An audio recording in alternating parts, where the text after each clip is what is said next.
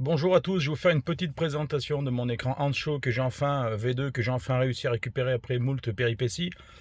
Je pense que c'est très dur de se les procurer actuellement. Voilà, donc là il est monté, donc je vous invite à aller voir le tutoriel de Tesla 3 qui explique un petit peu le montage, qui est plutôt facile dans l'ensemble. Je dirais que le seul point noir un petit peu difficile, c'est le passage de câble, le passer derrière la planche de bord, c'est pas ce qu'il y a de plus simple. La difficulté, elle est quand même relativement simple. Il n'y a pas vraiment une grosse difficulté pour le montage. Ce qu'il faut voir également, c'est que il y a deux trois précautions à prendre, bien respecter les procédures et couper l'électricité du véhicule. Il y a une chose que je n'avais pas fait également, je pense, c'était faut bien reculer le siège conducteur à fond afin de pouvoir passer facilement sous la planche de bord pour faire le branchement du câblage. Voilà, donc alors il y en a qui se posaient des questions. Moi je suis pas très grand, enfin je fais 1m73, 1m74, donc moi vous voyez, là je suis vraiment dans ma position de conduite, c'est vraiment ce que j'ai sous les yeux. Pour vous rendre compte, voilà, moi je vois ça quand je conduis, donc l'écran pour moi il est parfait, il est extrêmement bien positionné.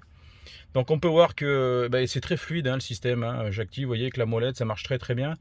Donc moi le but aujourd'hui d'acheter cet écran, c'était surtout de pouvoir me servir au quotidien, donc je vais vous faire voir de Waze, qui pour moi est primordial aujourd'hui, ce qui manque vraiment sur la Tesla. Voilà, vous voyez que c'est très très réactif, donc lorsque l'écran Waze se met en place, on voit que sur la gauche, alors on choisit gauche-droite, il est entièrement paramétrable, il y a beaucoup d'options. Donc moi j'ai décidé de le mettre sur la gauche, on voit le véhicule avec la vitesse, le pourcentage de la batterie. Toujours sur les tutoriels de Tesla 3, il explique le fonctionnement et c'est plutôt très simple. Voilà. Donc c'est un écran, je donnerai un petit récapitulatif pour la suite, en vous disant ce que j'en pense au final. Mais les premiers kilomètres que j'ai fait, c'est vraiment très très accessible et très pratique. Voilà. Alors il y a une petite dernière chose qui n'est pas dit aussi dans le tutoriel, c'est que lorsque vous positionnez l'écran, dessous il y a un double face qu'il faut mettre, qui est déjà collé sur l'écran lui-même. Au début j'ai fait le premier montage et j'ai décidé de ne pas le mettre. Je me suis dit bon, si un jour je veux l'enlever par exemple.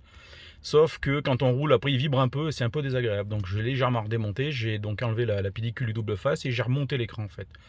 Voilà. Voilà. Donc, pour ceux que ça intéresse, vous pouvez me poser la question sur ma chaîne et je vous dirai un petit peu ce que j'en pense. Mais déjà, au premier abord, c'est vraiment, vraiment pas mal. Bonne journée à tous.